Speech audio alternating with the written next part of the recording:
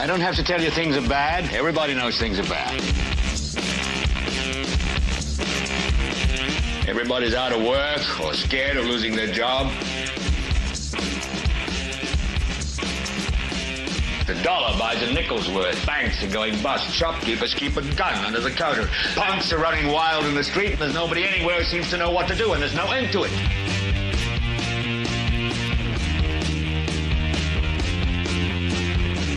The air is unfit to breathe, and our food is unfit to eat. We sit watching our TVs while some local newscaster tells us that today we had 15 homicides and 63 violent crimes, as if that's the way it's supposed to be. We know things are bad, worse than bad. It's like everything everywhere is going crazy, so we don't go out anymore.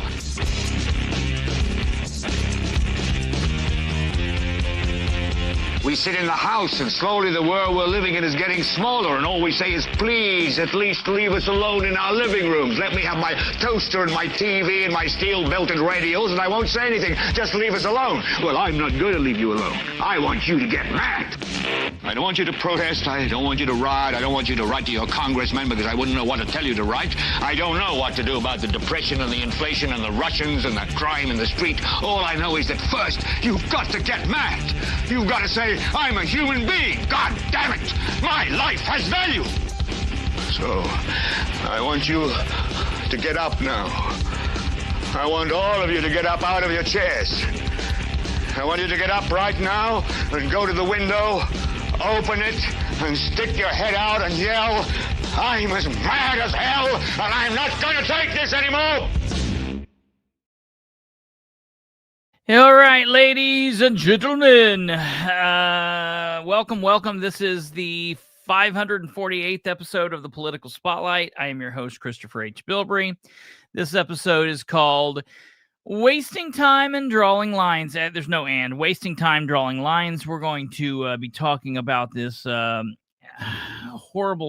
ordeal that we're currently going to be faced with over the next couple days and weeks. We're going to be joined here in just a moment by our contributing correspondent out of Madison County, Dr. Katherine Callahan. I do want to let everybody know we have a couple of topics that I've been working on, and we're going to talk about that tomorrow.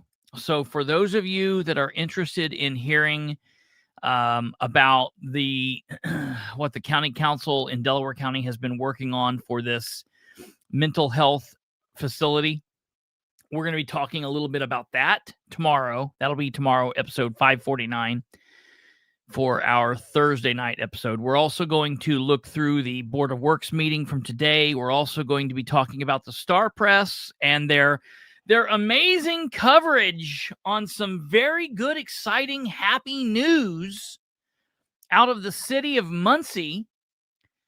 Amazingly, the Star Press showed up.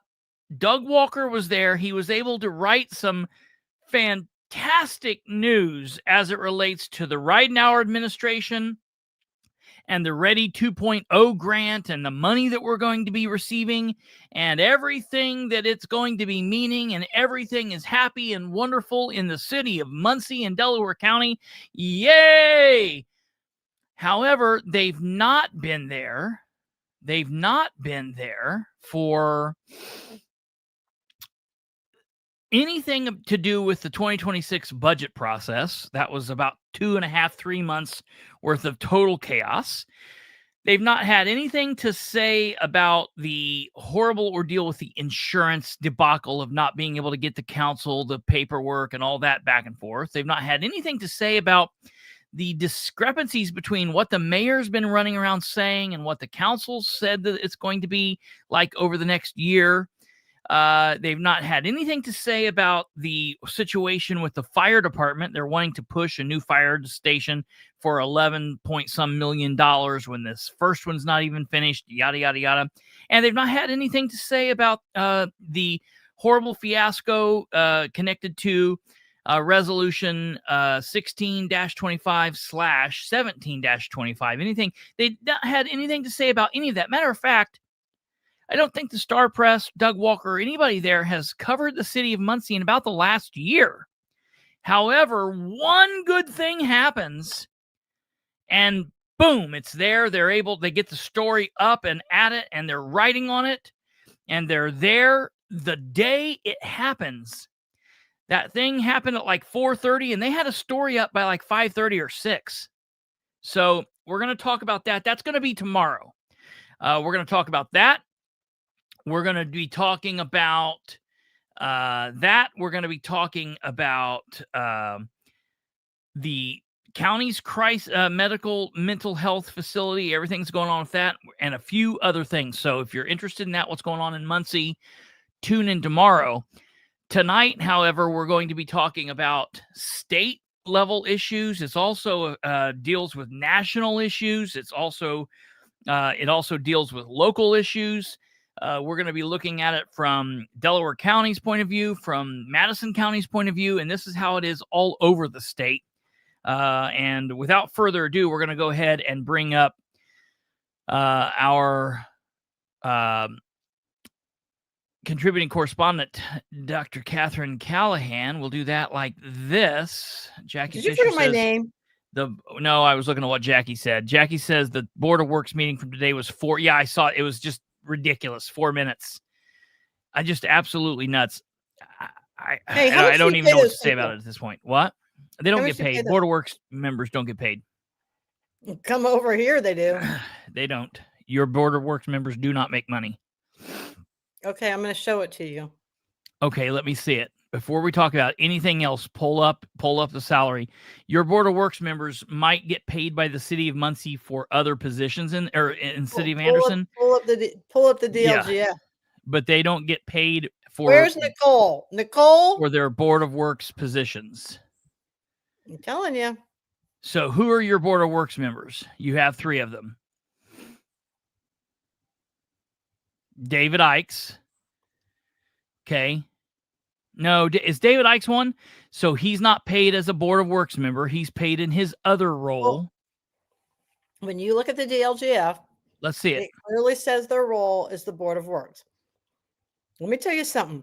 I've had 3 hours of sleep. I don't know why you're arguing with me. I'm just telling you they don't get paid that way. But they're labeled that way in the DLGF. So let's see it. Let's pull that up. We should easily be able to pull that up and show that. Oh, why don't we? Nicole? Nicole's not connected to the system here. I know, but she should be able to start putting some numbers up. She knows where all that stuff is. DLGF. No, I need to see the actual numbers. I need to see what they say. So we're going to try to pull this up. DLGF. Okay, I'll want a big holler when Kristopher has to eat his words. I'm going to get you a fortune cookie. Get who a fortune cookie? Why don't you share the screen so everybody can see where you're going? I'm going to pull it up first. I've got to pull it up. Yes, I have had 3 hours of sleep, so I just want you to know that I should be in rare form tonight. That's regular night for me. So, all right. I'm just excited we're going to talk about redistricting. DLGF. Yes, yeah. That's it's something that we need to definitely talk about. It's a big deal. So a couple of things while he's messing with the DLGF. Madison County, we got to talk about the water. For those of you who are watching right now, Nicole, this just came through a little bit ago. So IDEM came out and tested water at whose house? Somehow we're talking about water again. Right? So here's the thing. They were supposed to do it on the 316 house. They put the address as 314. They didn't put the name of the residence or the owner of the house. They put IDEM as the owner of the house. Jesus. They were supposed to remove the aerator from the drain thing when they collect the water, and they failed to do that. So it is a positive test. I just want everybody to know. So it's full of coliform. So now they want to come back and they want to recheck the water. They're supposed to do it within a 24-hour period of time. And it's been over a week. I really don't know how they're supposed to recheck it in 24 hours when their turnaround test for the test is 5 to 6 days. So, my answer is because once they get it positive in the lab, they're contacting them. They're treating the water as fast as they can so that it can be skewed. So everybody knows that you can't you can't have somebody. I've got one chick who gets on and she wants to argue with me like she's done all this water testing, and then I hate to bust her bubble, but according to IDEM, unless you're licensed, well, you can't check water. Now, I don't know about you people, but I feel like if I can write for morphine, I can test some water. That's just my personal thought process, but all right, it is what it is. We got to break in here real quick. Who are your 3 Board of Works members? We need to know who those 3 members are. Okay. Now, when you David Ikes. when you use the DLGF there, Christopher. No, I'm just asking. No. I don't know who they are. Ike, if you just Johnson, Kiesling, Symes. Oh, say it again. Rebecca's not on tonight. I don't know anything about the city. Say it. Ikes. Ikes. Johnson. Stacy. Johnson. Kiesling. Jack. Well, Symes, Larry. You don't have 5 people in a Board of Works. No, I know that. They must have had somebody leave and then got a new person. I don't know. I just Stacy Johnson, Jack Kiesling, on Indiana Gateway. Okay, so from Gateway. 2024. What I see from 2024 on Gateway is I see David Ikes Board of Works, and it says $114,039.59. So what I'm wondering is. Well, then there's the administrative manager, but then you keep going. If you go up to the top column and sort by department. Job title? Department. Okay. You put them in alphabetical order. Yeah, that's good there. And then you need to go to page 2. Page 2. Board of Works. Damn it. There are 4 people listed. All right, Board of Works. Board of Works Chairman, Administrative Manager, Board of Works Member, Board of Works Member. Okay, Board of Works Chairman, 114,000. I'm just saying that. Now, I would like to see where this is coming out of. Where you came up with your information, but maybe you're just talking about Muncie. No, I'm talking about everywhere in the state of Indiana. Okay. So I don't know anything about the city of Anderson. Yeah. That's not my gig. I just kind of wanted to say I've seen people get paid by the Board of Works. No, not get paid by the Board of Works, get paid for working, because that's what the Board of Works does. The Board of Works pays all of the bills for a city under the Public Works.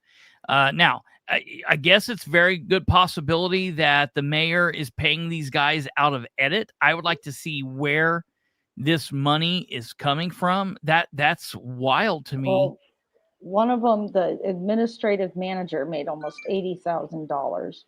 One Board of Works member made 25, and one of them made 38. 38. I'm going to have to watch and see how long. Go ahead. I said I went to Gateway. Yeah, I'm on Gateway. I didn't go to DLGF. I went to Gateway, and that's the same thing I saw. Yeah. I'm going to. So no, I guess this is an interesting conversation. I'm glad we had this because number one, I'm going to get on and see how long Anderson's Board of Works meetings are. Number two, I want to know what line item these people are being paid from. And number three, why it's being paid, why they're being paid these amounts, because these amounts are wild. I mean, a city councilor for the city of Anderson doesn't make $38,000. And this position is So for everybody who's following along on this whole thing, strange. They're on Gateway. You can go to it on the internet, Gateway, Indiana salaries. It'll come up. If you want to look at state, the council makes anywhere between 16 and 20. Yeah. The tab across the top, you can sort by departments, so you can click on there. So if you go all the way down to the end of the drop down, you'll go to state. Where they're in is they've picked the county and then they've picked the area that they want. I encourage a lot of people to start auditing their areas. I know Nicole has done an amazing job with Madison County. Kristopher and I are going to dedicate part of November and December at looking at some monies that are going on in that we're questioning where $6 million is. So we're going to show some of that to you and help people understand their budgets a little bit better so you can go and start holding people accountable. So I just want to let you know that that's going to be on some upcoming shows. So, and here's the great thing. The reason why Kristopher and I go on shows, and Kate, is because we get to compare and contrast different counties. And then that, other people begin to get involved with us and look at their counties. So that's what we're excited about, because the more that's the number one thing I tell everybody is people will say, because here you can see everybody that the city pays. Oh yeah, this is everybody that the city of Anderson. Everybody. So if you go, it doesn't matter if they made $100 in a year or they made $100,000 a year. You're going to see everybody that's paid. And this is like for the Madison County Health Department. If you go to the county and you look at Madison County, because Todd Culp is just incompetent, and I'm just going to call it like it is. But if you look at the health department board, they'll have on here that they have 7 people that are paid at $300. Well, that's not true, because that changed about 4 years ago. And so they went from 300 to like 600 to 700. And now today they are at $1,000 a person on the Board of Health. Now, if there's one area that always needs more money, that's one of those things. And I will tell you, I am kind of over, and it's Miss Crooms, who actually has always said to me, this is a pay to play county. Well, we know it's a pay to play everywhere when it comes to politics. And so when you look at the health department, I really don't understand why those board members are being paid. And there's several board members throughout the county that are being paid. Yeah. And this is a big problem. If people want to serve on these boards, they need to do it because they want to serve the community, not for anything more than that. It should be a volunteer situation, and that's it. Well, that's definitely something that we need to be looking into, because if you want to cut what's budget, happening there. If in Madison County and Anderson, all of these people are getting paid specifically these obscene amounts for positions that in literally every other city, county, town, these people are volunteering for, then the question is, number one, how's that happening? Because maybe we need to get these other people paid, or more likely, should this money be going to other places where it's most needed? And should these people not be getting paid? Should Ikes not be getting paid $114,000? And maybe he should. It just needs to. Oh no, he does not need to get paid $114,000. How much is your deputy getting paid, or your chief getting? Or he's not listed on here as a deputy mayor. He's not a deputy mayor. Yeah, I don't know how this all works. David, call me anytime, buddy. If you tell me, here's what I would like.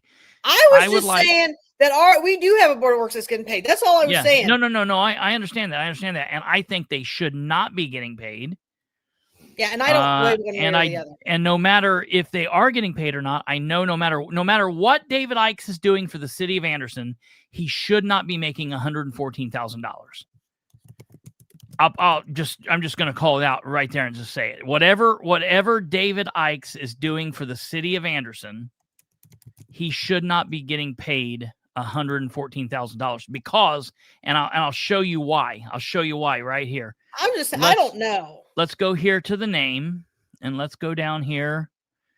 We alphabetized the name. Okay, let's go down and find your mayor. What page is your mayor on? Why don't you just put department? What would just come up as an M? Mayor, I guess I could do that. Yeah, that would make more sense.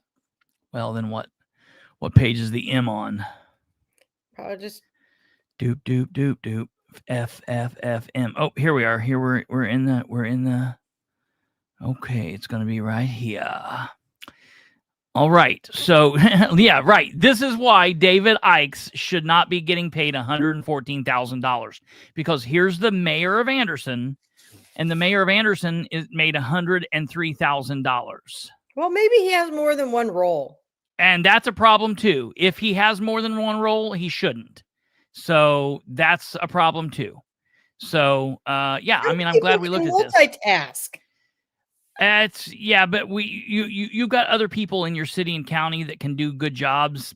We should be cutting these people out. It shouldn't be so incestuous. So let's get David Ikes down to one job, and let's get him into about a $20,000 or $30,000, maybe $50,000 a year range, and we'll be much better off. Then we can pay what's that? What's $50,000 minus $114,000? Honestly, if we got David into a situation where we paid him $0. Go to the county, Madison County. We are in Madison County. Okay, let me go to the county.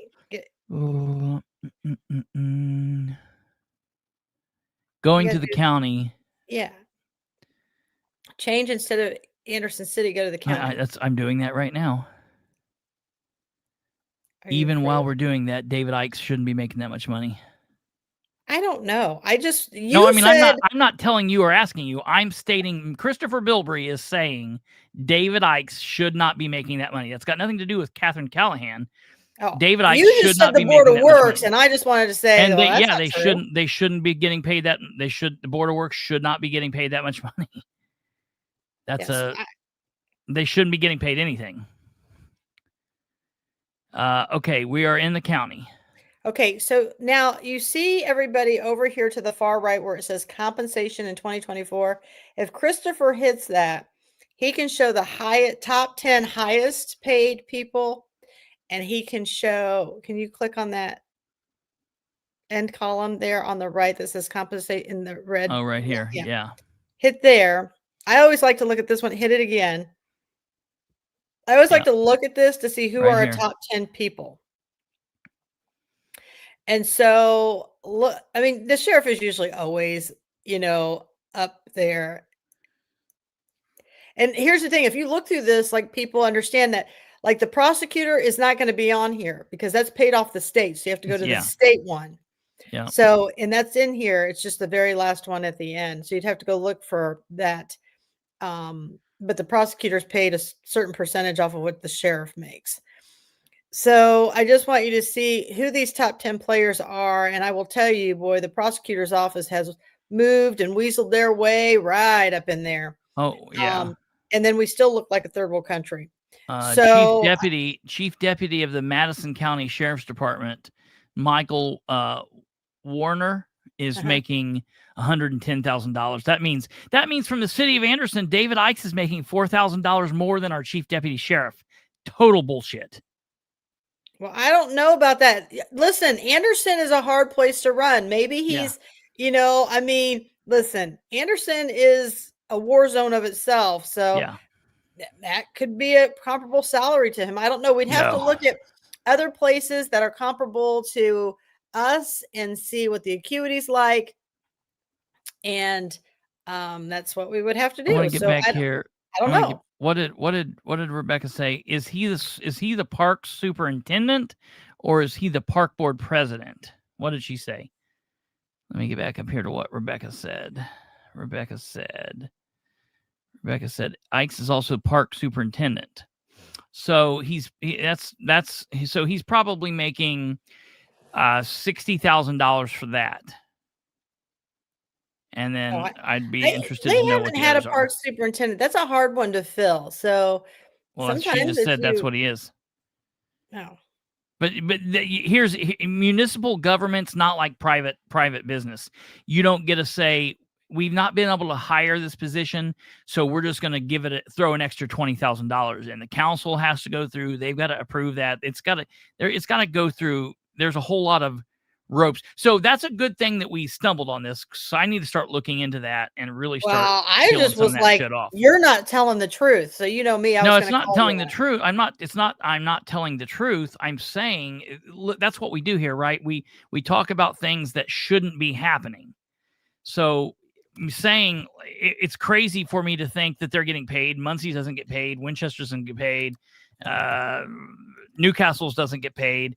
So it's like, wow, that's strange. That shouldn't be happening. Let's figure out why that's happening and then work to stop it. That's what I'm saying. So you're right. They are getting paid. I was wrong. They shouldn't be. And we'll figure out a way to stop that if we can. Maybe if they just turned in a conflict of interest, it would be okay. No. They shouldn't be getting paid. Those positions, Board of Works should not be getting paid. That's ridiculous. Well, I think the health department board shouldn't be getting paid, but that's just. I agree with that 100%.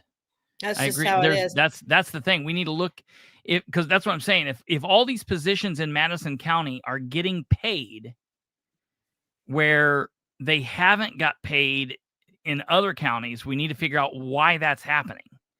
That right. would and be so we've been working an anomaly. On that. Yeah, because I couldn't find other health departments where the boards were getting paid. Oh, yeah. Yeah, right. And so I looked for that and I couldn't find that. So, and again, people, I welcome all the help that's out there. So if you're looking through Madison County, Nicole and I appreciate that help. We've been looking through the numbers like crazy. Many of you've seen Todd Kolb's chief deputy, Kara Clark. It had got an 86% raise over a 4 or 5 year period of time. We all know why. So we've seen some crazy numbers coming out with raises out of Madison County. So that's more. I didn't want to get us off on a tangent. We're going to talk about redistricting. And I kind of want to talk to you a little bit about that theory. And Kristopher told me before the show tonight when he called me, he's like, stay on topic. What theory? What theory? You said you want to talk about that theory. Oh, my theory. So I want to talk about my theory about this redistricting. Oh, yeah. So yes. I want to talk about this. So I posted about an hour ago on my page. Let me pull that up. And I don't know if many of you've seen this. It's called the distraction method. And I had read they posted something about Braun, right? And so while all of us are fuming over what utility bills are and or water, and they've got this distraction method that's going on. But what I want to draw the main attention to on when I was reading that came to mind, if you're from Madison County.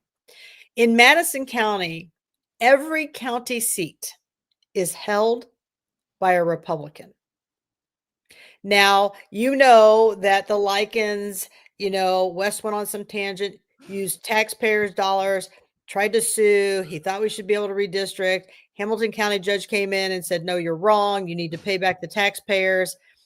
His mother goes, she gets elected as commissioner. And the first thing order of business she does when she gets elected as commissioner is she says, I'm going to make this $150,000 go away that my son owes. And the taxpayers, you can eat it. Totally ludicrous. And, we only have to pay $5,000. We're going to split $2,500 and $2,500 between Sipes and him. Now, when that took place, I don't think everybody knows the backstory that actually the Democrat Party here in Madison County and the Republican Party here in Madison County agreed to pay that $2,500 a piece. So what they did is they siphoned the money over to West and to Sipes. And then what they did is wrote their checks on their checkbooks, and then they did it. So they essentially paid nothing. So that's how that whole shell game worked. It's ridiculous. But the taxpayers in the end were still held with a 6-digit attorney fee we're never going to get back. And that's a big problem. And when I have to listen to, we've got money issues, we can't make budget. Yeah, well, I'm going to call it on it. So the whole rationale, if you want to think about Madison County as your test pilot. We all know how corrupt Russ Willis is. We all know what the prosecutor's office allows the election department to get away with. And we all certainly know that the county election board is nothing more than a uniparty, right? So you've got a Democrat on there, you've got a Republican on there, and then whatever the clerk is, that's the one that tips the scale, whether we have more Republicans or more Democrats on that 3 body.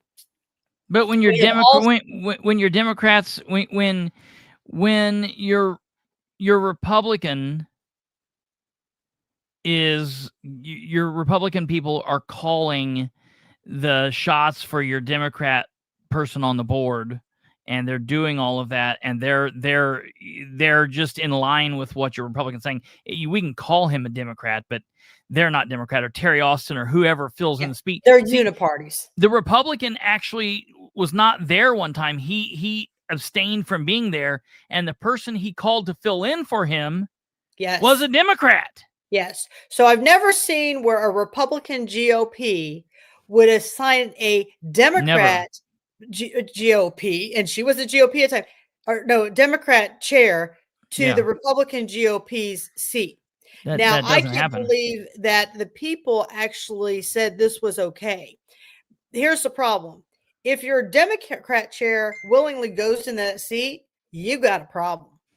Sure. And the fact that she didn't say, yeah, I can't do that because that really needs to be a Republican replacing a Republican. It's just like a caucus, people. It really should make both of them. It should make both of them put them at odds with their parties, because that's the whole thing. You know, they inside their parties, they're supposed to stay away from each other, and that's so strange. And here's the biggest problem with it. The biggest problem is the other Democrat that was sitting on there is an attorney for the city. Yeah. He's an ex-senator, and he has no problems with this taking place. Is everybody starting to pick up what's going on in Madison County? And so this is the corruption is so deep. I mean, even when I got challenged, I think it was in 24, and even Landon says, well, Katherine she's correct, and he's voting in my favor, and he's the attorney. Yeah. And then Russ and Linda go, no, this technically we called the state, so we're going to vote against her, so we win. That's what I'm talking about. They can sway this in so many different ways. You can't even keep them straight because they're so crooked. But at the end of the day, where I'm headed with this is look at Madison County. We have a two-party system, supposedly for a reason. The redistricting that they have done in Madison County has made this an entire Republican-held body. So there's no Democrats at all. On top of that, look at Madison County. There are no minorities that hold any seats in Madison County.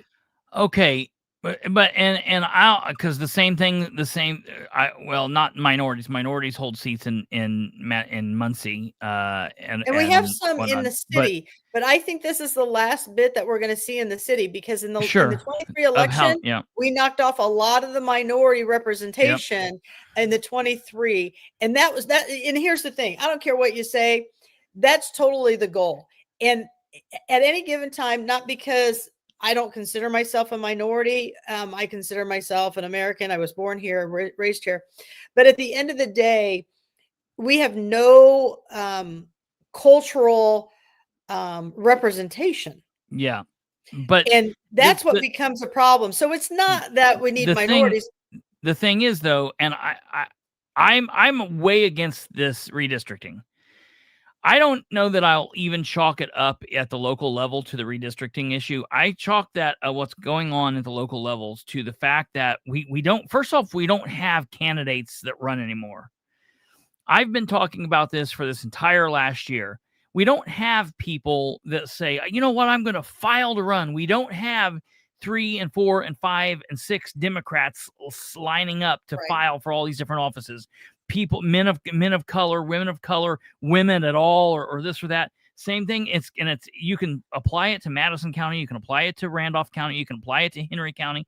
It's all the same.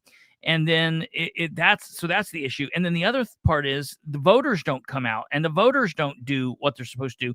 If we do have a chance where we have somebody different or someone new, the voters just don't come out and vote for these people. So we can draw the lines in whichever way they want us to draw the lines, at the local level, at the county level, at the federal level, whatever we want to do. But if the voters aren't actually coming out to vote, it doesn't matter. If we don't have candidates to vote for, it doesn't matter.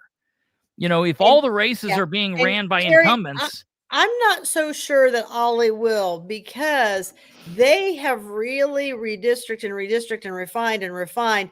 They've just done it a little bit slower in his area, but it's coming, and his days, I really do think, are going to become numbered. and again, it's because of who we have allowed to get away with this. I mean, don't get me wrong. Ollie does challenge things. He does go to the election board. He does file the complaints. Ms. Crooms does the same thing. So it's not from a lack of trying, but we don't have enough people in the community who are on board and showing up at those meetings and pushing back. But our other problem is they don't always tell us when the meetings are, so then we don't know what's going on. So, right there. while we go through that, and that's kind of what the dangers of doing a redistricting is, that you can get this so lopsided that we don't have fair and equal representation. Not just from one standpoint. I mean, we could see at some point that we have too many men and no women, or vice versa. And so there's a lot of lack of vision, lack of planning, and lack of foresight when this is done. These people are knee-jerk reactive people, and we need a more proactive government. And that's something that we don't have in Madison County. All we have is all these fires being put out as quickly as possible. And what they're doing is they're trying to get to the finish line before we, the people, call them out on it. And we've done a great job over the last 5 years is putting some brakes on this. You know, it was a win, even though Russ Willis didn't get charged. He was on notice that what he had done was wrong. And so, you know, the win was that he's not in that seat anymore. Now we changed a skirt for Russ. It's no different. And so these are the kind of things that I wanted to bring to everybody's attention of. There's more to the fact than just we're going to redistrict. And if this is the whole thing, I truly believe that these people have not thought it out clear enough, that they've just killed a two-party system without even realizing. I think they have realized. I think that's the point. That's the point. Well, no, because some places we do have it's still in place, but it's going to go away. Sure. But that's the point. They want to do away with that. And that's what they're yelling is we want 9-0 Republicans. We want all the whole thing is to get rid of what's his name, Marvan and Carson. It's like, dude, you know, this whole thing is to get rid of Carson and replace him with Jefferson Shreve, another Jefferson Shreve. And it's like, the whole thing is, this is what kills me. People could tune into the show and think that I'm a Democrat, I'm a progressive, I'm a liberal. I fight with people about that daily. I'm not. I am a conservative. I'm a conservative leaning libertarian leaning conservative. I'm a constitutional, less government, personal freedoms, do what you want to do, stay in your own yard, don't affect me, I won't affect you type of thing. That is who I am. And I'm telling you, I can bitch about the progressive Democrats and the liberals, but if we're living here in the state of Indiana, those people aren't the people that we're at war with right now. We are at war with the people on our own side, and we're told that we're bad. My thought is, if we can't clean our own home, we've got no business cleaning our neighbors. So we need to take care of our own shit first. We've got to clean up our own backyards in our own area, in our own county. And the only way this is going to get done is if other people begin to come together, like Kristopher and I, looking at both counties or cities, and compare and contrast, because we don't know what we don't know, right? So nothing is more dangerous to a corrupt government system than an educated one. You know, just like I've got to bring this up. It's a little off topic. Kristopher is like, stop getting off topic. Yeah, but someone says here that I've done a lot to affect the local government since I've been shining my light. Well, I want everybody to know, and this will be a topic that maybe Kristopher and I will have on the show next week. Kristopher and I have been in a lot of discussion here over the last 10 days. There's really been a lot going on behind the scenes with me. So that's why Kristopher, when he talks some nights, he's like, I don't know if I was talking to Katherine, but I'm just going to put this out here. I was told Monday that the reward money has not been paid yet. And there is a huge, big story behind that. Like, it is a huge one. It's because Katherine ran off to the hills and we're never going to see her ever again. She took the that will all $25,000 come to the surface. It will eventually, but there's a big story behind this. And I think all of you in the end will say, I understand what her madness was, right? So at the end of the day, I was told that the reward money had no bearing on finding Sumner and this woman. That the reward money, they would have found him with or without it. We would have found Sumner. We were just on him with that. So it's kind of interesting that Stumblefoot put that up, because they're saying that I haven't shined any light on Madison County Stumblefoot.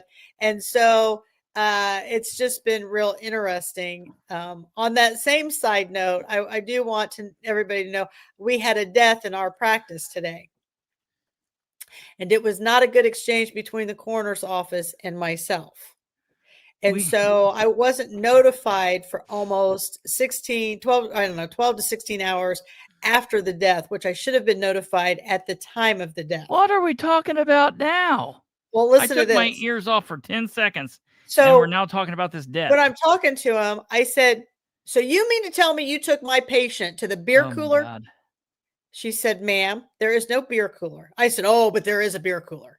She said, no, it's in our facility. And I said, your facility? I said, you mean in the pole barn? She said, no, it's in our facility.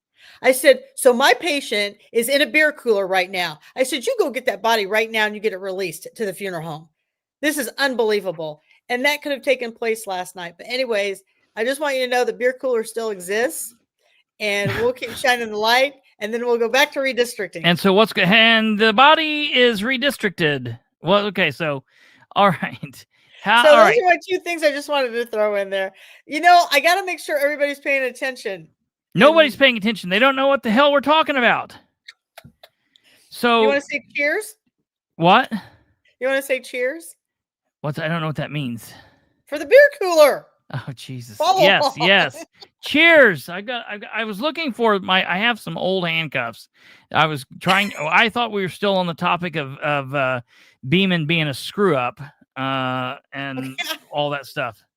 I'm just saying. We can admit here right now that Sheriff Beeman's not who we thought he was, right? Can we admit that since we went off topic? What Nicole said that Bree and Jamie found. Well, hello there, Jackoff. How are you? Wait a minute. Bree and Jamie found what? Who? That they found Steve. Well, that's the first I've ever heard of that. Oh no, there's a big story to that, and I haven't had time to talk to you about that. Okay. So I got some screenshots of some stuff. So anyways, back to the redistricting. Focus, everyone. Oh, wait. No. Wait. We got to figure out. Beeman turned out to not be who we thought he was, right? I don't even know what you're talking about. Your Sheriff Beeman. Uh-huh. Right? Like, he turned out to be kind of a joke. I don't know. Well, all right. Maybe we'll talk about that next week. Okay, now see what happens when we get off the topic. Okay, so back to the redistricting. Yes. Again, those are my words. My words, not Catherine's. Catherine says her words. I say mine. Yes. So I can. David Ikes can call me, and Beeman can call me if they would like. They're not going to like what I have to say, but Christopher has his own opinions. I have my own opinions, and Christopher. But they're the same opinion. They are. We just have a different delivery. Oh, Beeman is wonderful. No, he's an idiot. So, okay. I got information on that whole thing, so we need to look into the Bree and Jamie thing. That's a whole nother story. So, okay. Glenda. Yes, Glenda. Yes, I love it. So anyways, on the redistricting, that's what we're seeing. Madison County's a perfect example. We've got all Republicans. It's been interesting to watch. Now, what we have to do is, even though they redistrict the lines, here's the deal, everybody. I want you to understand. When our election machines, and I think Cindy Ponchett will love this part, when our machines are not secure And we can clearly see that ballots can be manipulated. They can be made up. I mean, how many times did you hear Ms. Kroom say, these people are pre-signing 50 and 60 ballots a day. And at the end of the day, they may have anywhere from 20 to 40 left over. And you never see those ballots again, but they're pre-signed. And so this is a problem. And so now we have machines that are not secure. I think the rules say they're not supposed to be pre doing them. Pre-signed. And yeah, yes, they're not supposed to be doing that. And that's what Ms. Crooms would call out. Ollie Dixon was calling that out. People were calling that out. We've had officials here in Madison County who have transported ballots by only one party. That's another big problem when that happens. And, you know, I think the most interesting part when I was sitting in the election board is when Russ Willis said, but on the second time she did it, I fired her. Well, shouldn't you have done that on the first time? So these are the kind of things that are going to become even a greater problem, because as you redistrict and depending on the morally and ethically bankrupt people you voted in as clerk, you may find that they can manipulate that even with the district lines in place. So there's a lot of spinning wheels here that are really coming off of the rails. And I'm going to tell you, in November and December, I think we're going to see a lot more exposure of how things are kind of Jimmy rigged. I think we're going to see a lot more of who people really are. And here's what I want to remind everybody as we talk about these redistrict and party lines. You absolutely cannot, no matter what happens, register to vote on election day. No, you have to register. You have to get registered. You can register now, and you have up until like 30 days before the primary, and then after the election, it opens back up, and then you have 30 days. But you have to register between so you can register now between now and sometime in April, and then it stops, and then we vote in May, and then you can register between June, like the end of May and October. Right. So you can absolutely not show up at the polls and say, here, I want to vote. How do I register? You're out of luck. So people are asking, what should we be doing right now? You should be checking with all your family members right now and all your friends and saying, hey, are you registered to vote? And if they're not, you take out your phone, you have a state ID of some sort, and it takes you about 90 seconds to register. The link is at the bottom. And have you noticed when you go to the BMV that they don't say, now, do you need me to change your voting history? Do you need me, or, do you need me to register you to vote? They're not doing that anymore. So you have to get out there and start talking to people and encouraging them, and that's what you kind of have to do as we're moving into filings, which is about 60 some days away from here. So the first week of January to the first week of February. Yeah. So think about that. And that's kind of where we're at. So I just wanted to put that out there. So those are my, you have thoughts about the redistricting. I have thoughts about the redistricting. I've already seen it become a big flop, but what I'm more worried about is how much is this going to cost the taxpayers? Well, the biggest problem with this is Braun continues, and Braun's people continue saying that this special session is going to be a success. But as recently as the first of this week, the press secretary or the spokesperson for Roderick Bray, the pro tem for the Senate, Indiana, we're talking local, state, we're talking state house, not talking about federal, we're not talking about Congress in DC, we're talking about the state house, state Senate, state representatives. Braun has called a special session. It was supposed to start on Monday. Now they're saying it's not going to start on Monday. Fox 59 put out an updated news bit. Not Fox 59. Who is this? You put it on your page. Wayne, W-A-N-E, whatever that is. It's a news organization out of Indianapolis. You should put that up on the Monitor, because that was a cute little article. And just to back up to some things here. Going forward. What?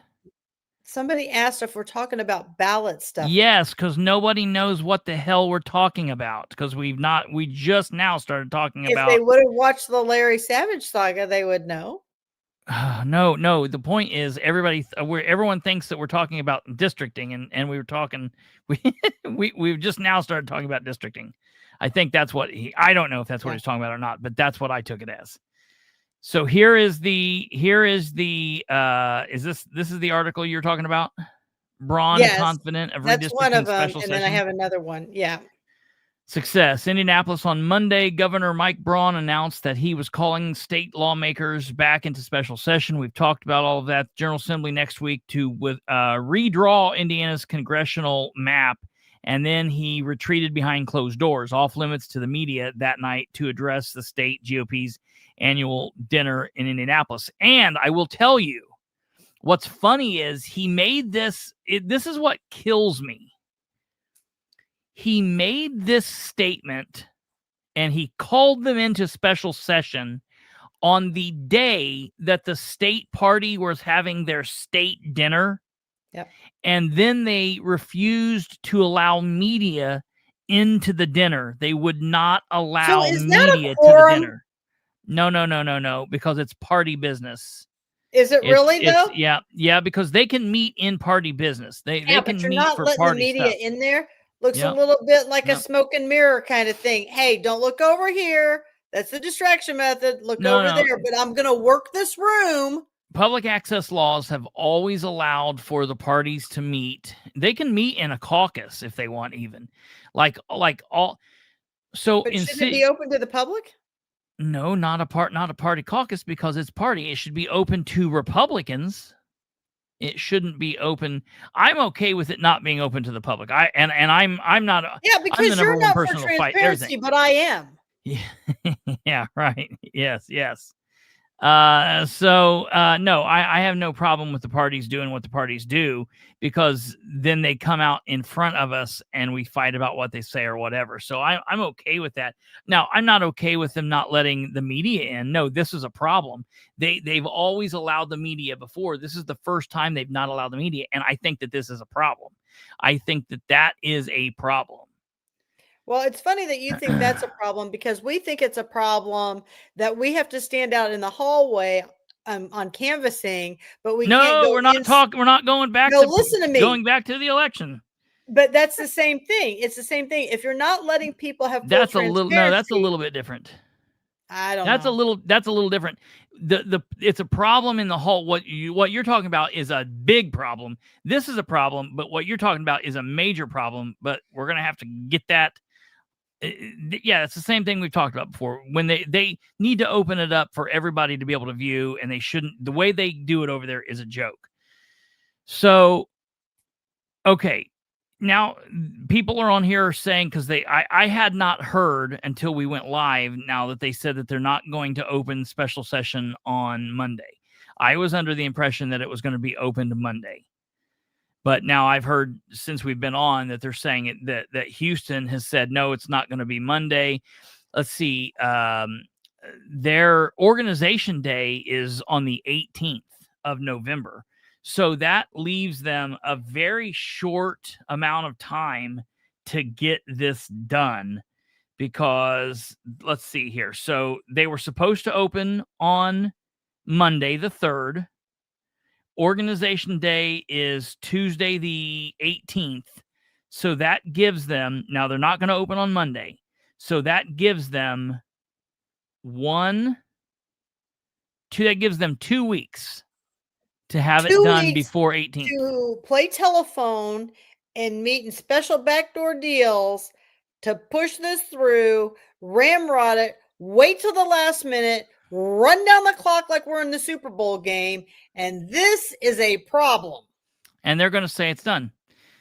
Then they're going to be like, "Oh yeah, we got it done." Cindy brought up a long while back. She said, "Isn't this a problem because of the people that have come in, the illegals and the immigrants and all of that, and the census?" And yeah, that's the thing.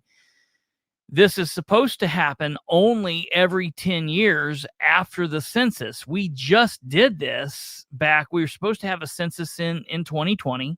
We didn't because of COVID. So we did it in 2021, and we did this just in 2021. They redistricted for Indiana in 2021.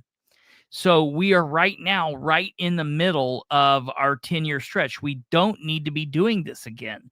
We're going. So what my question is, what we're going to redistrict now, and then again we're going to redistrict is 2026, 2027, 8, 9. So we're going to redistrict in 4 more years. That's ridiculous.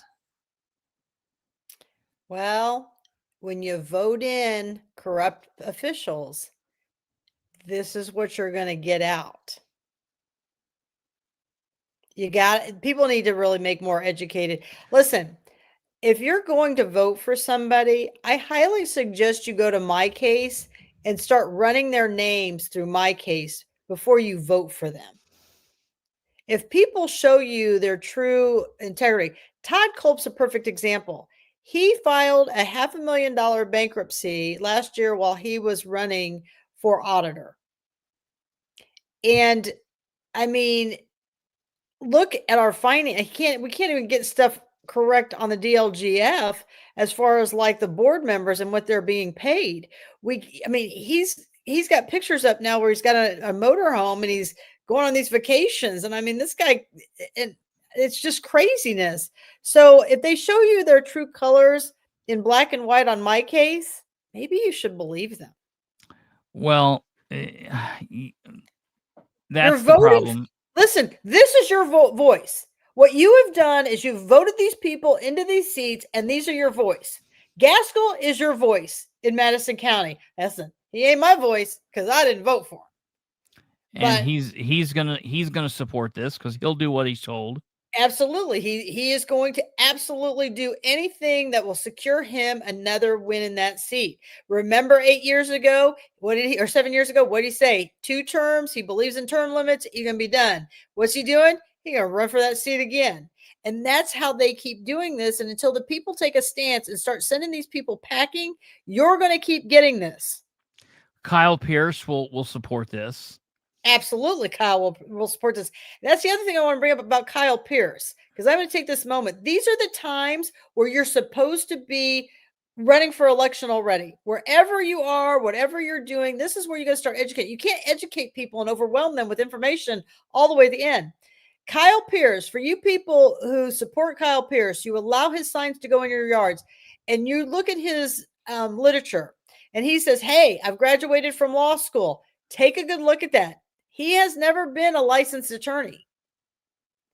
So, yes, he went to law school, and that's fine. There's nothing against that.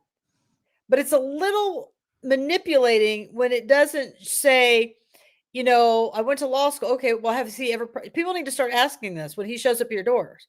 Have you ever practiced law? Why didn't you? Have you attempted to take the bar exam? And that's just something you have to check every 6 months after they can sit for it.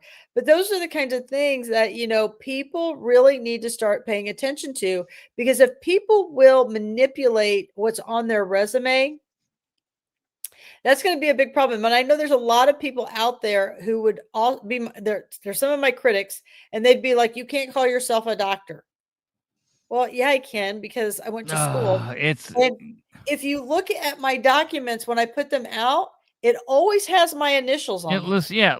Always. Yeah, right. There's never a time I put out information without my initials on there. Well, and that's the whole thing, Russ. That has always been so stupid. Yeah. So that's why I want to say to you, these redistricting lines, they're pushing through because the majority of people are allowing them to go through. Listen, there are way more of us than there are of them, but you have to show up at the polls. Problem is, we're in a situation where we're not going to be making the decision on this. The idiots that we've put in these positions at the State House and the Senate will be making the decision. Now, I would never have thought that if one of the chambers was going to stop this, I would have thought that it would have been coming from the State House, because the Senate almost always goes right along with the Republican leadership of the party. But this time it's the House. Most of them are saying, yeah, we can do this. But the Senate, the state Senate, are the ones that are saying, no, we're not looking for this. At his announcement, when he announced that they were calling a special session, and then he scurried off into the back rooms, Randy McQuaid was trying to get him to answer some more questions. So he was shouting some questions, and he asked if he thought that he had enough support from the state Senate to pass it. And while he was walking away, he said, "I think so." Braun said, "I think so. I think so." And then he got on the escalator and said, "Yeah." And what's funny is the governor's optimism is not shared by his party Senate leaders or a majority of Hoosier voters. When polled, those opposed redistricting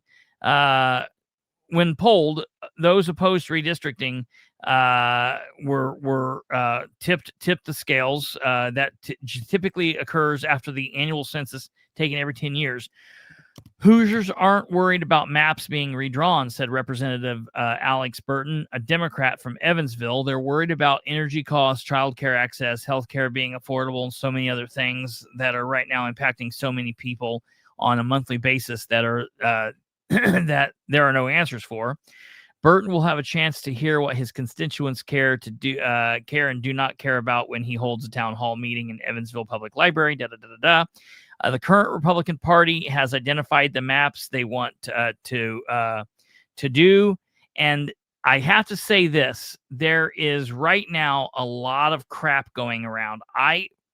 For the thumbnail of this episode, I used a map that had been being pushed out by Delaware County's Republican Party, but apparently Scott Alexander, state representative from our district, and from he's the state senator from Delaware and Randolph counties, said this is false. This is not a map that we've talked about using. So that's the other thing.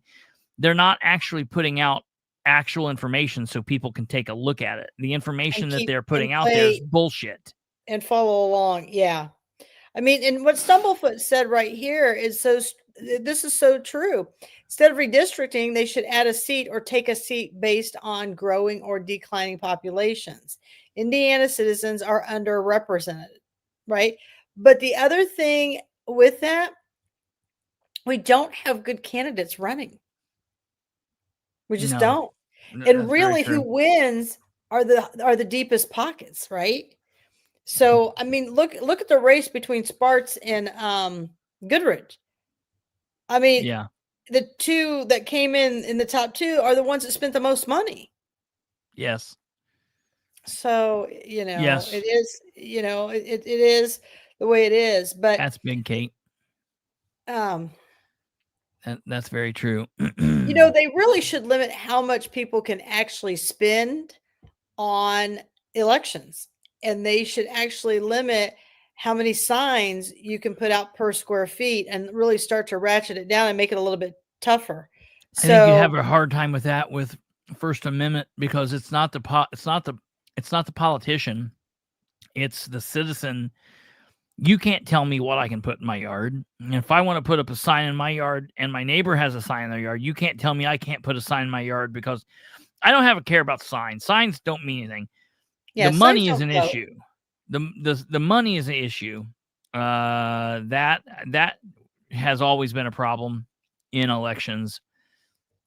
It's just like when they told Rainwater he couldn't speak unless he had $100,000 in the what? Who cares? There should be no threat. If somebody wants to speak and they're a candidate, let them speak. If you meet the qualification to be on the ballot, if you are legally able to be on the ballot and your name is on the ballot, you should be able to appear on the stage, and that should be that. Now I want to talk about one other post that I did.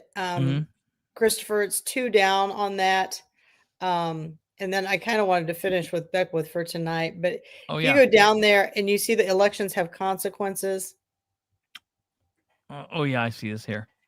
And I just want people to understand in Madison County, and yes, I'm always going to draw my attention to Madison County. Well, sure. We had our faith in it's called Faith and Freedom. That's the new Lincoln Party here in Madison County. And on the front Why aren't they the page, Lincoln Party anymore?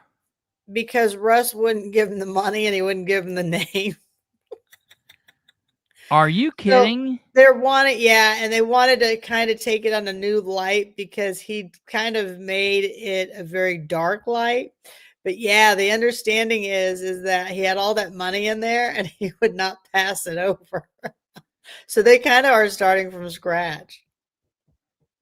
Yeah. So I want to know where all that money is going to go. Like, so he better show. I'm going to tell you something, Russ, and I know you people watch this. You better have those finances in order, and you better show either it's in the bank or it's moved over, because I'm calling you on it, and I'm sick and tired of them giving you a free pass. You know better, and I'm going to make sure I hold you to do better. Yeah, that. So I'm coming. I will audit that. You know I will, Russ. And every year it's going to be up against a wall with the last one. So you won't get passed again because you don't hold any power now that you're not the GOP. So the collective Mario is he's definitely a different type of character. 100%. Freedom says take the money out of elections and we would have smarter elected officials. That's very true. So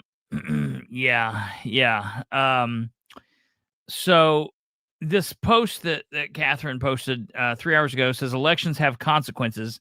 I cannot stress this enough. Voters, it will take more than just showing up at the polls for your favorite pick.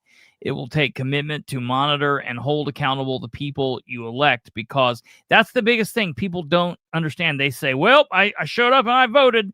I'm done for 4 years. And it's like, no, I've done my civic duty. Yeah, that's just the very start. That's the very start.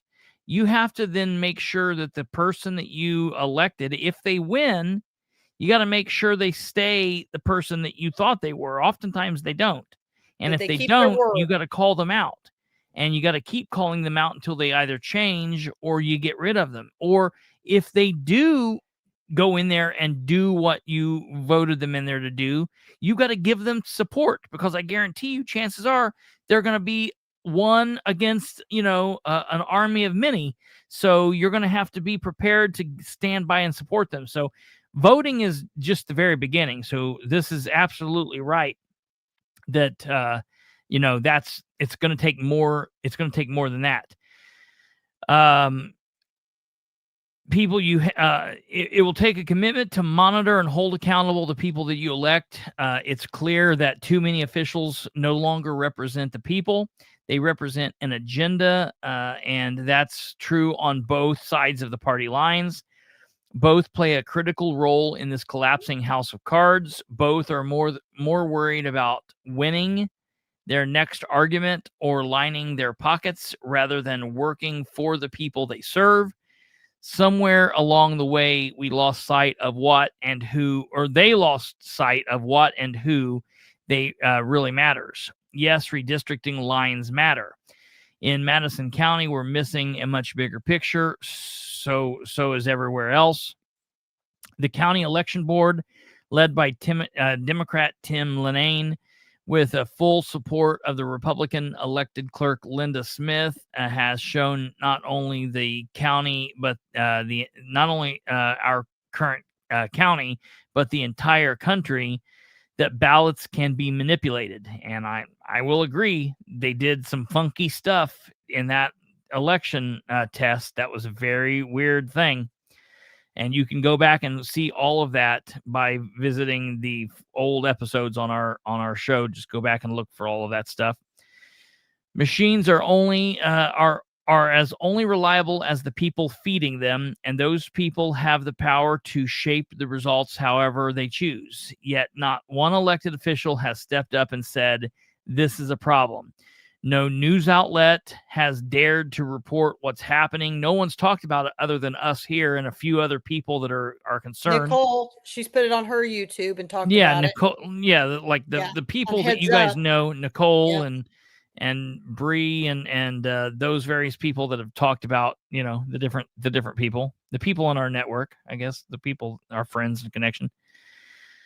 If this is what's being done in plain sight, imagine what's happening behind closed doors, which is something I've always said. If they're willing to do the stupid little stuff here and we don't call them on it, imagine what they're willing to get away with, what they're going to get away with that we don't know about. It'll be interesting to see how the ongoing issues with Beckwith play out, especially since Governor Braun has made it clear he's not a fan of Beckwith. We all know that Beckwith was not his first choice. From the beginning, Braun's mission has been to push Beckwith out, to shut him down, and Beckwith has made it easy. He failed to take his role seriously, and he opened the door wide for attack. Beckwith won't be protected. He's not part of the establishment. He's not a career politician, which makes him an easy sacrifice, and especially when he's so bloody stupid. Mm-hmm. And Braun will have no problem making him one. Meanwhile, Madison County is falling apart, along with a lot of other areas. Their water infrastructure is a disaster, and not a single elected official is showing up. County finances are a mess, and yet no one is investigating. And the one thing both parties do well is show up when it benefits them, pointing fingers, taking photos, and spending taxpayer dollars like it's monopoly money. And the fact that the taxpayers accept this behavior, that it's tolerated, that the elected officials are allowed to get along with this and they just disappear until it's election season, that's part of the problem.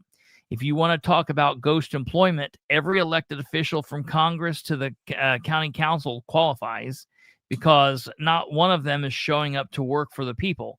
To be fair, and this is Catherine saying, to be fair, county surveyor Ken Kaczynski, what's his last name? Yeah, Kaczynski. Ken Kaczynski and Bethany Keller do, and look at the beating they take for it. Now we see the local GOP rebranding itself as the Faith and Freedom Party. Let's be honest, that title misrepresents what's truly going on in Madison County. Faith and freedom, that's amazing. The freedom belongs to the elite, the ones who pay to play, and the Democrats aren't off the hook either. As shown by the election board's dysfunction, the county operates under a single tangled uniparty. Taxpayers, brace yourself. Every dollar they spend fighting their internal battles will come from your checkbook, money that should be going to water, infrastructure, and tax relief. Let's also not forget who's leading the so-called faith and freedom movement, and that's Kelly Hewer and her circle, not just switching out of Russ Willis for the skirt. These two were the face and voice of the Faith and Freedom Party last night. If what's coming with Micah Beckwith and the chaos surrounding Diego Morales is any indication, this Faith and Freedom Club is anything but. These are the best examples the party has to offer. We are in serious trouble. Deep down, everybody knows it. So yes, people say, what does it matter? They're going to do whatever they want anyway. But that is a mindset that's got us exactly where we are. That's why things don't change. Look around. Has that type of thinking made anything better? It hasn't. Has that made things worse? It absolutely has. Sure, everyone is innocent until proven guilty, but that doesn't mean we should be blind to the blatant misconduct and disrespect towards the community. It certainly doesn't mean we shouldn't be asking questions. Questions are not harmful. And when these people decided to be there, if they don't want to answer questions, they can leave office and no one will ever ask them another question again. Listen, leave office. This Faith and Freedom thing last night should have been called Dumb and Dumber. Oh, yeah. So, yeah. I mean, our Faith and Freedom had a representation of Diego Morales who knows we've got problems with our ballots, knows we've got problems with our machines, knows that these redistrictings are out of this world. Then you got Beckwith, who I don't know what the rails are coming off in his office, right? I can't even, there's so much going on in that office, I can't even keep it straight.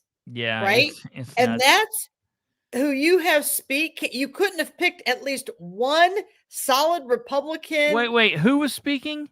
It was Beckwith and Diego. Beckwith was in Madison County last night? Yeah. Wait till you get down to the articles. Wait. That was the front page of the paper. It's right there on this. Beckwith was in Madison County. That's nuts. He didn't come to Delaware County. I wonder if that was because he was truly afraid that people would be there that would ask him questions. Yeah. Yeah, because that's not going to happen in Madison County. Nobody that goes to these faith and freedoms is going to be somebody in there that's going to challenge him. That's interesting. Kate. Okay, so where's your trouble? These blurred party lines must come to an end. They're destroying America. Our elections are bought by the highest bidder, and the tax dollars are sacrificed for personal gain. It's time for independent thinkers. If they're going to stay in the party lines, then they have to choose a side, and independent voters to rise to research candidates to vote based on character instead of blurred party. Stop voting straight ticket. For the love of God, even if you, this is what I cannot get people, even if you want to vote for all Republicans, please just do this. Or if you want to vote for all Democrats, or if you want to vote for all 1 or 2 Libertarians, do this. Go into the ballot, skip the first page where it says, press this for straight R, straight D, or straight L, skip that page and go through and select all the Republicans down the ballot and vote that way. That would be better than voting just the one button for R or the one button for D or the one button for L. Don't vote like that. And what you have to remember is like that. When you vote like that, the areas that have multiple people, like say you got county at large, you're not going to be voting for those people. Yeah, that's the first and foremost. What's up, Kate? That, and how many times have you heard somebody come out of a ballot box and go, well, I was looking for so-and-so, but I didn't see them. Yeah. Well, did you pull an R, straight R? Because that person that you like, that person you wanted to vote for, didn't have an R next to their name. Yeah. Well, you just assumed they did because you liked them. Yeah. That happens a lot. Is when people went in and they didn't know what ballot they wanted to choose. You have to pull in the primary. You have to pull either a Republican or a Democrat, right? And so I had a couple people call me after the primary, and they were so upset after they voted, and they said, your name was not on the ballot. Well, they pulled a Democrat ticket. And they didn't know. And when they went to open that ticket and they're looking through it, they're like, but Catherine's not on here. We're like, we're only voting. We've only come in here to vote for Catherine. And they're like, well, we can't change it now because you've already pulled that ticket. So what I began to tell people is just go in and say, I need the ballot that Catherine's on. Like, don't even tell them you're a D or an R. I'll be honest. I almost feel, and this is going to be controversial, I almost feel like those people probably just shouldn't vote. Here's the thing. I will give you some of that, but these people who were calling me, it's the first time they'd ever voted. I understand that. It was a learning experience. Serious thing, and this is like the first time someone ever jumps out of an airplane. You're not going to half-ass it the very first time you jump out of an airplane. If nobody's there to explain it, and here's what I think. So this one I'm going to argue it. And this is what I said in Madison County. And it was Rob Steele who was at the one poll. And I said, let me tell you something, Rob. Are you this stupid that you can't take a sample ballot of Republican, a sample ballot of Democrat, put it out there and say, these are the candidates on there. Which one does it look like you need? They're It's supposed really to. that simple. Because what you said, I don't know that they would even technically be allowed to do what you ask. No, they The had people could sample ask things up that. there. No, They had- that I'm talking about when you say, "Oh, just give me the ballot that Katherine Callahan's on." I don't know. That would be a little iffy, maybe. No, I mean, people were maybe like, they could, no, but this is what they said. Then you want a Republican ballot. yeah, That's what it came Yeah. down to, right? And so because we have so many morons in Madison County, if you're a Republican, you use red when you're putting your signs out. If you're a Democrat, you use blue. But for some reason, these people are such morons in here. They really confuse the voters, and they don't care what color they use. They don't have any theme. So you're going to have to do things to water it down. Here's at the end of the day, not every government teacher and not every econ teacher or that you had in high school was a good one. And this is the kind of stuff they need to bring up in those classes and actually test them over. That in Indiana, this is how the elections go. They need to give these kids extra credit. They need to get these kids out at these polls, working at these polls as volunteers their senior years. People, if you have children who are in school, this is an excused absence day to work the polls. Take them and work the polls. I always did. Right? Yeah. And that's the kind of stuff. Instead of like, let's water this down, you shouldn't be able to vote. Well, you know what? Let's embrace the people. Let's teach the people. Let's learn from their mistakes. Let me tell you something. Those people who called me were literally crying. And their biggest thing was, I hope you don't lose by one vote, right? Well, here's the thing. Even if I did lose by one vote, thank you for getting out and understanding how important the primary was and that you voted. And you know what? You will never forget. And the other thing is, go make a post on social media. Talk about this and own it so you can teach other people. And there were several people who read those posts. They knew now to go get a Republican ballot. So let's teach each other and get better if our government econ teachers aren't doing it. I love our viewers. I love my viewers. You people are great. You're wonderful. A lot of you are very involved and smart. But even these people that have nothing better to do than to come on here nightly and listen to me babble or listen to the guests we have or the different people who come on, I say, hey, it's election time. Start making one Facebook post a day. Send out a text. They don't do it. Even these people that are listening to this right now don't do it. It's like me beating my head on the wall. I'm like, what is going on? Yeah, even you people don't do it. Right? Nobody else can do it. And that's why I say, when we say like, go get elected and voting isn't the only thing, it's just the start. Technically, it's not the start. It's step 2. Right. Step 1 is getting educated. Exactly. If you are not educated, don't go vote.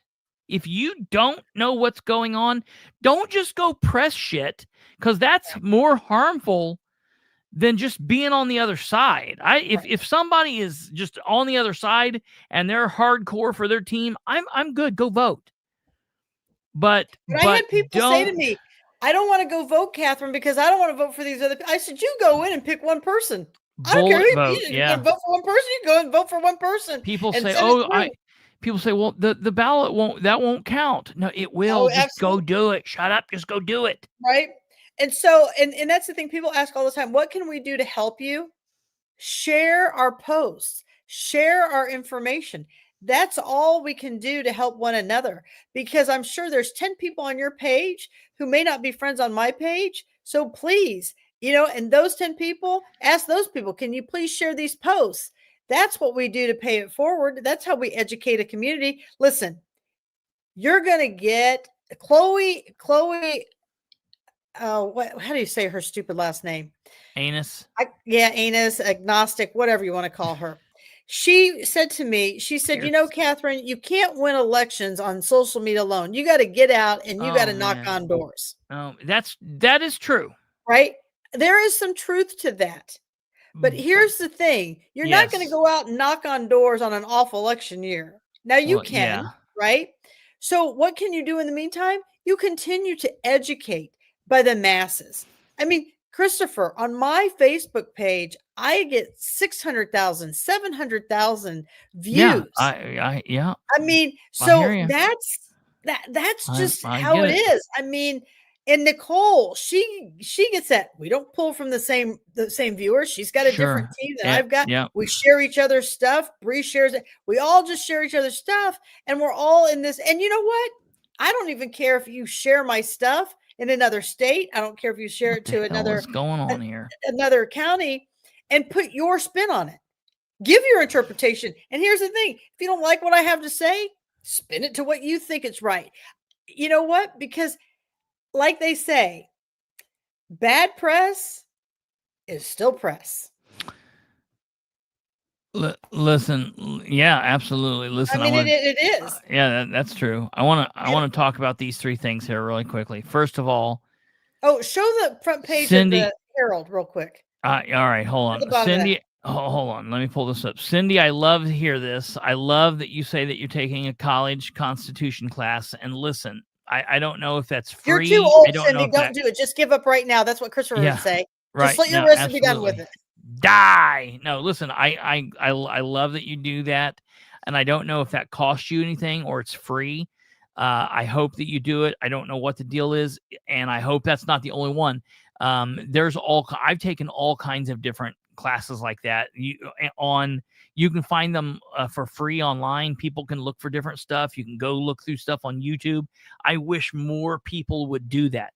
All of the stupidity that we look for on YouTube, all of the stupid shit that we post on Facebook and X and Truth Social, all of the nonsense that we share with our friends and our family, the pranks and the cat videos and the little kid videos and the AI pictures of Joe Rogan and Theo Vana's babies, all of that stuff's funny and cute. Post it all day long. All I'm saying is take one of those posts a day, post 15, 30 of them a day. That's great. Take one of them and make it a political post. Take one of them and share this show. Share the link to this show to your people. And okay, that takes me on. And so I love hearing that Cindy's saying that. Then that takes me down to, as a disclaimer, I personally know Cindy. She will not take offense to what I was saying to her. So anybody I know Cindy, she knows I'm joking with her. Same with Nicole. When I say stuff to them, they know what I'm saying to them. So please don't think that we're beating up a viewer, because we're not. Robert said, hate to say it, I long ago quit Facebook. Too much garbage there. And I agree and I get it. I don't do anything personal on Facebook. The only thing I do on Facebook is job related. Look, folks, people don't realize this. This is my full-time job. Posting social media, political content. This is what I do for a job. Okay. And so if I wasn't doing this, I probably wouldn't be there either, because I don't do any personal crap on Facebook. But I guarantee you text people and you're obviously watching YouTube, and I'm not beating up on you, Robert. Please understand, I'm not beating up on you, but share that link. If there are other content, screw us. If you don't share us, we're goofballs. If you want to go share Glenn Beck, share Joe Rogan or Tucker, whoever you watch, whatever you watch. If it's some man in a basement, go share that. Whatever you do, just get the word out. We have to build our side. So I get it. And then and I just want to put the disclaimer on here. This is not my full-time job, even though my Facebook page looks like it some days. Yeah, right. I have a full-time job. This has just become a passion because of all the abuse. I am watching citizens who don't have a voice or feel like they don't have a voice. That's how this has all started. This is how I got to meet Kristopher. I've met some great people, Nicole, Cindy, Bree, Kate. I mean, that's how this all evolved, was me getting involved in this. Some not so great people. Stumblefoot, jack off, and then some not so great people. I mean, Oh, I thought you were including them in the not so great. No. I've met some great people, and then I've met some not so great people. I don't know where Alva's at tonight. Miss him. Oh man, I hope he's. I think all right. So that's the whole thing is, but I'm telling you, I've got a lot more supporters out there than I've got. Text me tomorrow when you see this, Alva. Text me right now. Text me right now when you see this tomorrow, Alva. Yes, I'll be out throughout my day, and he'll text me, and he'll be like, "I just watched that part in the show." Because normally I'm like, "Where's his dumbass?" And he'll be like, "Hey, listen here, effer. And here's the thing. I don't have that much time in my day. Like today has been a crazy day. I had to get my friend over to the surgery center this morning at first thing at 6:30 this morning. So I was up at 4. I mean, it's been a nonstop. I went to a patient's home because they'd had a loved one pass. I personally went out there and saw them. So it's just been a full crazy day. Right. Yeah. And so, I love it when you guys send me things. Alva does it to me all the time. He's like, he'll just send me stuff and I just know I'm supposed to watch it. And they're very good links and they teach me something. And then a lot of times I'll repost it because I feel like everybody needs to hear it. Yeah. Yeah. Oh yeah. I love when people send stuff. And here's the thing. If you don't like what I post, you can scroll on. Yeah. There's nothing wrong with that. And then the last thing that was started here that I want to talk about, this is big. David said, do they not teach government in schools anymore? We learned about voting with the old voting machines. No, I don't think that they do. I don't have. They still have government as a requirement in econ. But it's like a joke. Right. But I will tell you this. My youngest daughter wanted to go study. She was in high school. She wanted to get government econ out. Now, I will tell you that my children, not because they're my kids, they are extremely bright girls. I will tell you that. So the principal and I had words. God. I know you find that hard to believe. Yeah, amazing. So she was going to go. She went to St. Louis, WashU. She went to WashU to study in this program for a summer. Well, she could have taken government econ over the summer and then just gotten that out of the way. Well, they said, you can't do it online. We don't have an online option for you. Now, this was right after COVID. And I'm thinking to myself, we just came off of everything being online. Suddenly you don't have it. So they said, well, if you do have it, we don't have a way to secure the final exam. And I'm thinking to myself, she's going to WashU. I will pay for it. FedEx it to the professor. The professor will sit there and watch her take the test and they'll FedEx it right back. Not a big deal. Nope, we can't do that. So fine. So their alternative for me is that my daughter, when she came back from WashU, because she wanted to get some other classes in there, she would take the government econ in the in-school detention. So she would have to go in and she would have to sign in. She spent one day in there, was so absolutely freaked out that she had an 18-week course of government and she completed it in 2.5 weeks. Now, I'm really not sure what she gained in that 2.5 weeks. Yeah, but right. That should be saying something to all of us because that's what I said to her. I said, so government econ, she finished an entire year of schoolwork between those two classes in less than 5 weeks. That's hilarious. And that was an independent study by herself and took all the exams and got an A in there. That's amazing. So I don't, and I mean, I don't know that my kids are that crazy smart. Yes, they are crazy to an extent, but that was just extreme. So when you asked, do they not teach it anymore? Not to the quality. Yeah. I think needs. I had a wonderful history teacher, government teacher, civics teacher, who taught. I would say all three of those things were wrapped into one. And I took his class through all of high school. He had different classes, and I absolutely loved it.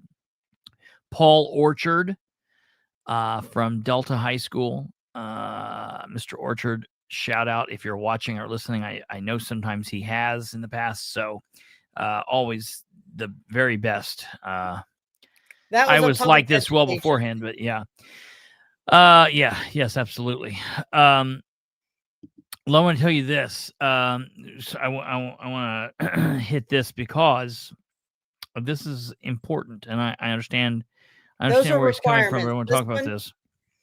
that half semester requirement, that is in the government is a semester, econ is a semester, so it's an entire year that they get it.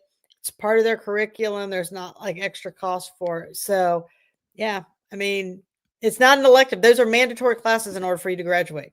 Robert said, my issue, it shouldn't be our side. That sounds very tribal. It needs to be who represents us, regardless of what party they belong to. Very true. Yes, from their perspective.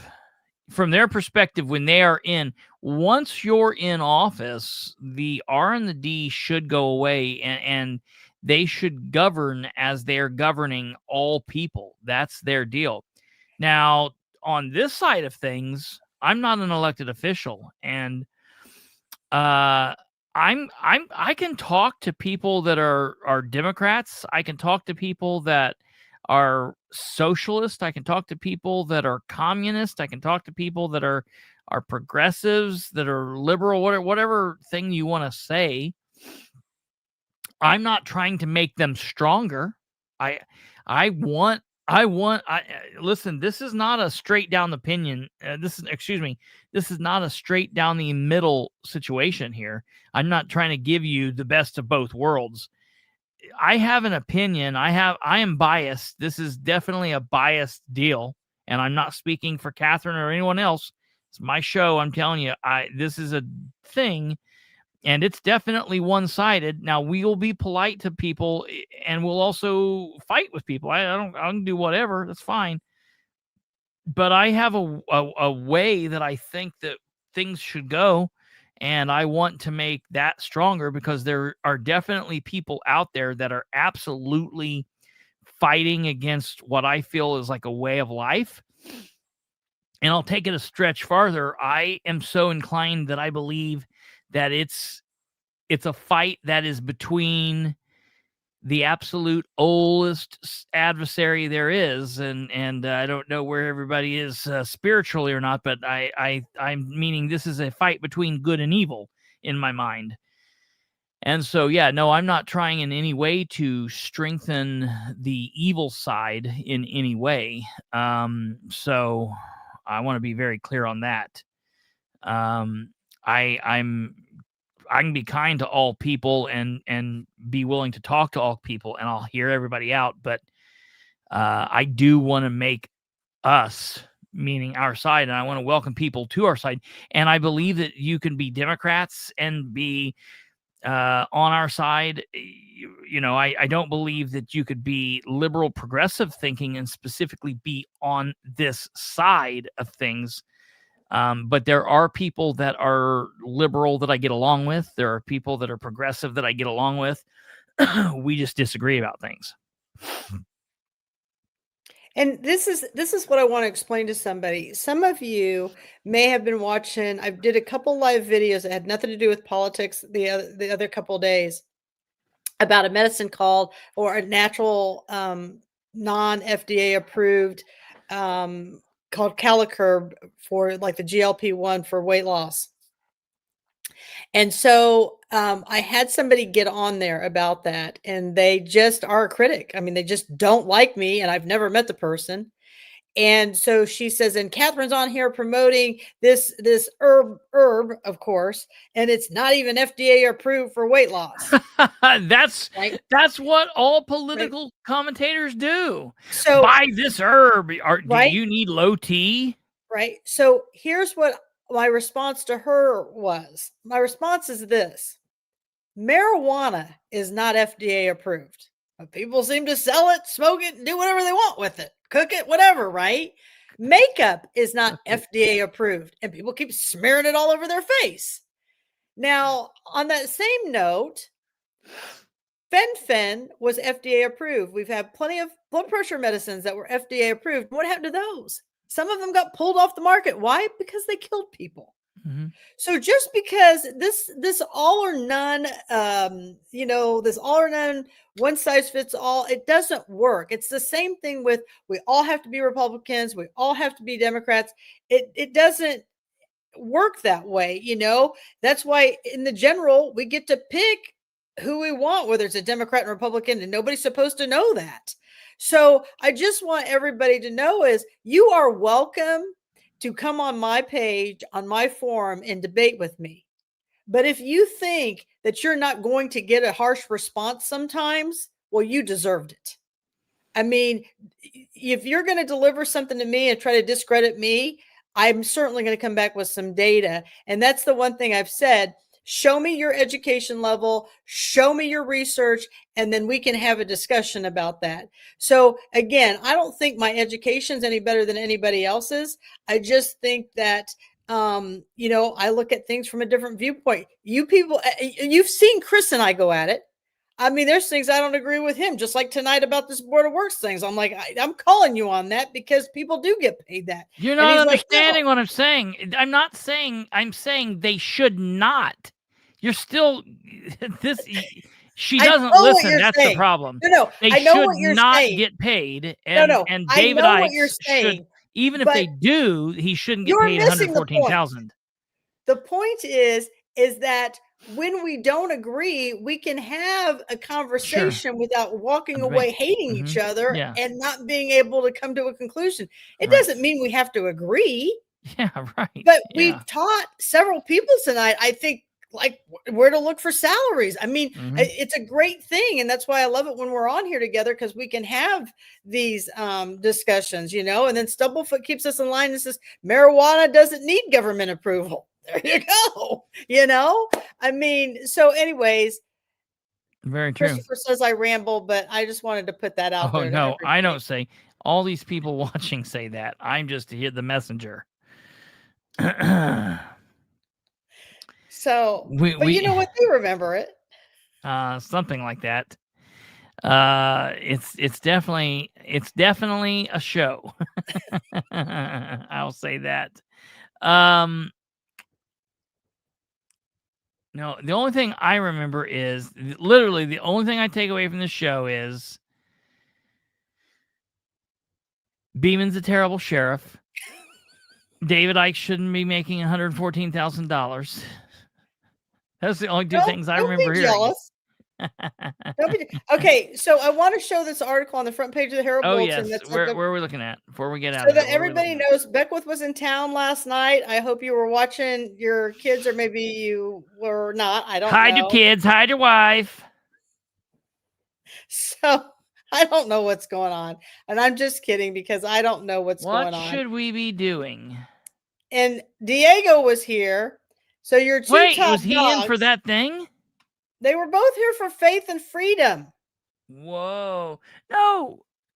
Diego came to Muncie. Hey, listen, that he boy might have can been there make for a his minute. rounds. He's got a nice Tahoe that. Yeah, tell me about it. So this was the front page right here. That's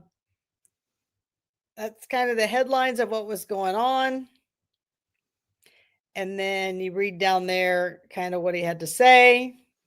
And of course, Kendall, a bastard, wrote the article. Dude, yeah. I'm amazed they let him in. But he's harmless. He's not going to ask any serious questions. This is it was at the Anderson Country Club, just so everybody knows. Yeah, there he is. There's Diego. Dude, he made the rounds last night, man. Yeah, usually he's passing out the plates, but I think he was a little busy. He says the best place, if you guys want to go and get to know somebody at a party, you need to be the person who passes out the plates or passes out the forks, because everybody needs one in order to eat. So you get an opportunity to talk to everybody. So I just want you to know, if you are running against Diego, fight him for those plates and those forks. And this just talks about, I had a collection of gerrymandering articles. I thought it was a good time to collect all those and put those together for people to go through, look at them. Take anything you want, screenshot anything you want, turn it into your own interpretation and put it out there. Everybody knows if it's highlighted, it probably came from Catherine's page. Yeah. Well, that's absolutely nuts. Those people, I don't know. We're in such a world of hurt. Next year, Robert believes in me. He says we can agree to disagree, but he said you should always let the ladies go first. He didn't say that. I Yeah, I just threw didn't that think in there. so. Yeah, right. Yeah. Say Ken's name, Catherine. Ken Della Bastard? Yeah, absolutely. Did I miss an R there? Yeah, no, no. I think it was sound perfectly. You got to roll it. No, this is politics. We're all. It's a unisex here. There's no such thing as it's a blood sport. Yeah, well, There's no. I want everybody to know I identify as a female. I am a female. I'm always going to be a female. Yeah, right. And that's all I want everybody to know that. Yeah. So I'm not always one on that one. And Okay, you better stay a so male. yeah. The last thing that I just wanted to cover, I guess before we left, was did you brought up Savage? Did we ever find out if he had to allocute or not? Did he had to He took a admit? diversion. No, I know that. I need to get that paper. I'll get that. I will get that. I will get that documentation because I want to know if he had to write on there that what he did and why he did it. You mean because like they when were you go to wanting the him to do chalkboard it. and say, I will not throw Yes. the eraser Yes. again. I won't. Yeah. I want to find out what happened there. We'll talk about that next time. You want me to say Masselmania? I'm gonna wrestle Masselmania. Yeah, it's horrible. That's why my mom gave us good Irish names. And I tell people all the time, I'm Irish. It's in the eyes. I don't understand how you don't know. Yeah, Kristopher, right. I'm Irish. Absolutely. Yeah. Irish, Irish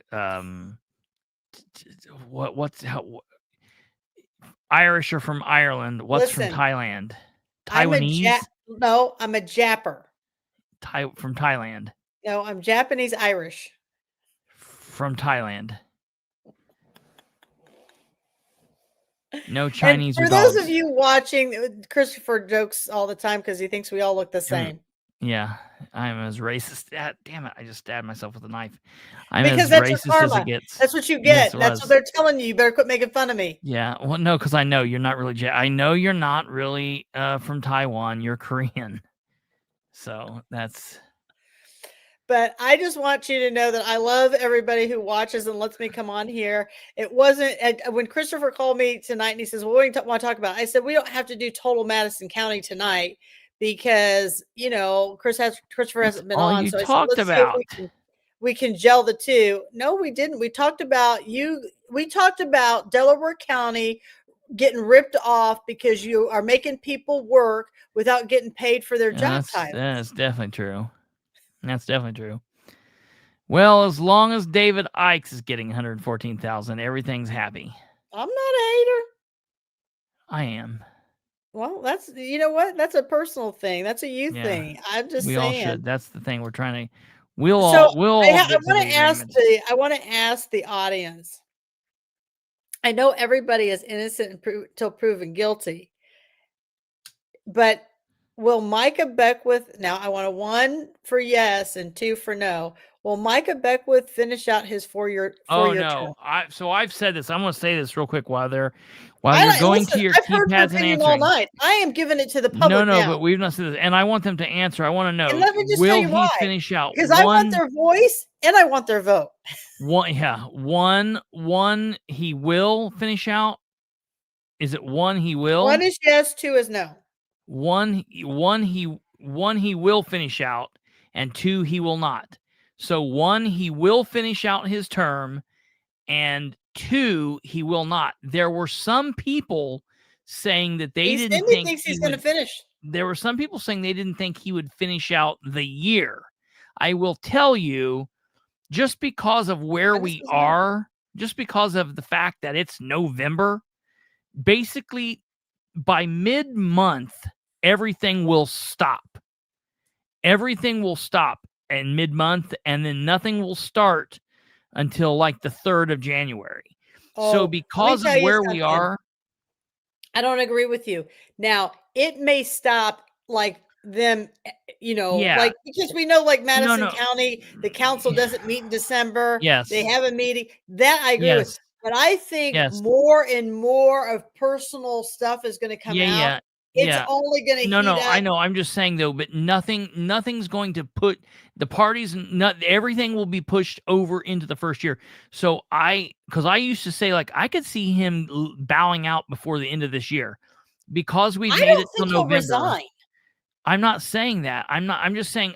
At one point I said that far back ago when he was just a gaff a minute, but because of where we are, I no longer think that something's going to happen in this year. He will make it into 2026, but man, as bad a year as he's had as a first year, I don't know that the dude's going to make it a full term. Have you met the guy? I Listen, don't know that he's going to he make was it. smiling on the front page of the paper yesterday, and he keeps on trucking. Did you see his weird ass picture that he posted on his social media? Let me show you this. This is a good thing. Okay, is that true? Yeah. Collective intellect, is that true? Yes. Or are you just pulling I don't my know leg? about going to Israel, but he did announce an absence. He did announce, I will tell you, he did announce that he's I've got somebody. We might have the video. I might have the video that he gave to the church here real soon. I'm working on trying to get that.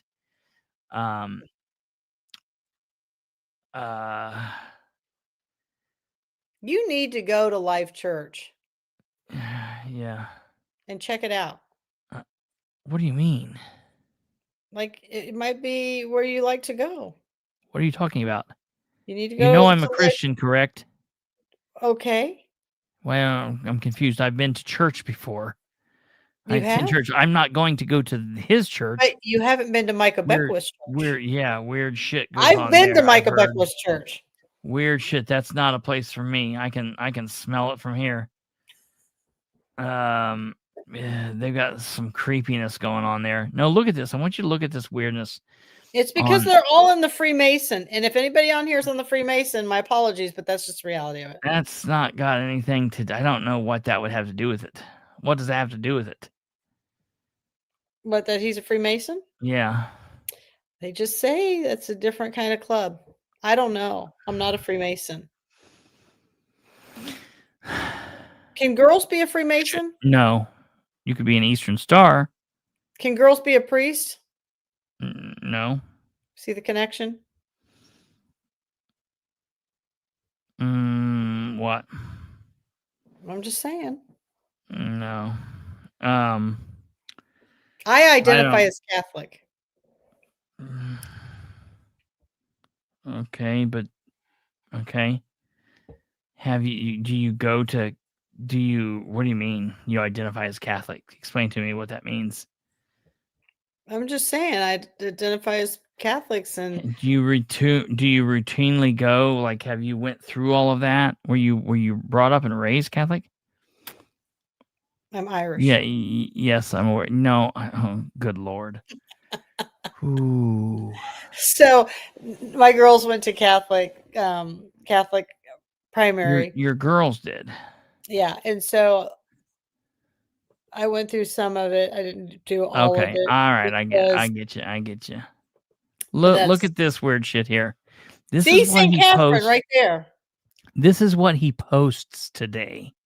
That's what I'm telling you. I'm like, none of this is bothering him. No, but it's not because it's not a problem. It's because he's a psychopath. He's a nut. This is like, I heard someone say this is like he's giving off, like trying to pick up chicks at a college church hangout. Like, what is this? Does he think he's the next Charlie Kirk? No, absolutely. No, I said that long ago. Back when he was chasing Charlie around the all the colleges. He was here, at Purdue here. chasing. Yeah. I said that that's what he wants to do. He realized he knows that he is not fit for this. Everything he's doing is trying to push himself off into the next career after this. He wants to be a radio host. He wants to be an influencer. He's trying to become internet famous. That's what he's trying to do here. Look at that. Look at Dave Sargent. Yeah. Listen, Dave. If you only knew. Yeah, he pays the bongos all right. What's the story? What's the story about what is the story? Somebody said Beckwith left Michigan on bad terms. I have no idea. I've heard that, but I don't know. I have no proof of any of that. It involved a boy, but I don't know the details to that one. I have no clue. I'm not 100% sure that it's real. I don't know. I think here's the thing. It gets weird, but it's like now because of everything that continues to happen, it's like people have to start looking into these things and finding out. But I just would caution anybody, even the people in the opinion world, you start dancing with stuff like that, and you got to have 100% proof before you start going crazy. That's the whole reason that I was saying, like, when the whole AI deepfake pornography video thing came out, that I believe it's real, because we're in 2025, and even if somebody had it on their phone and deleted it, like, there are people out there that could pull that back up. If it's deleted from a computer, that's why it's I don't deleted. understand why he didn't do a forensic audit. Why? Who didn't? Beckwith. Because Beckwith doesn't. It's the same reason Beckwith did what he did. Beckwith investigated it in a day and hoped it would go away. Because he doesn't want to know. $90,000 of Parks money that's missing in lapel, and the president. No, nothing like that. But council did his own audit. That is very similar. How does that happen? Yeah, you got to have outside people do the investigation, or it's not real. But the thing is, if it's there and it was deleted, people can find it if they really try. And so that's the reason I think, like, man, I think there is something to it.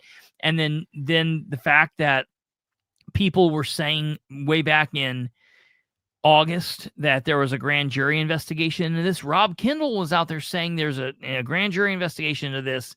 Aaron went on a show and said, I've seen the video. I saw the guy sharing it. I saw Devin Norrick looking at it. I witnessed him looking at it, and it's a frat house. These guys were wrong. It's bad. And she went out on a limb on this and said this. She said, I've been in front of the grand jury, and all of these Micah sycophants were saying, no, that's wrong. Rob just hates him. Keep in mind, Rob didn't hate him. They were tight. That's were what friends. I mean. Like, I went to, I was in Indianapolis. I was on in Meridian, and there was a home there, and they were doing a huge thing for Micah Beckwith when he was running, and Rob was there. And I even called you because when I was talking to Rob Kendall, I'm like, I do things with Kristopher Bilbrey. He's like, yeah, I know him. And I called you and talked to you about that. Those two, you would have thought they were brothers. They were inseparable. They were that's the reason I put out my thing yesterday and said, because Rob's on there saying, like, I've been saying this from the beginning. And I'm like, no, sir. No, Mr. Kendall, you have not. Yeah. I've been saying there have been questions with Beckwith since the beginning.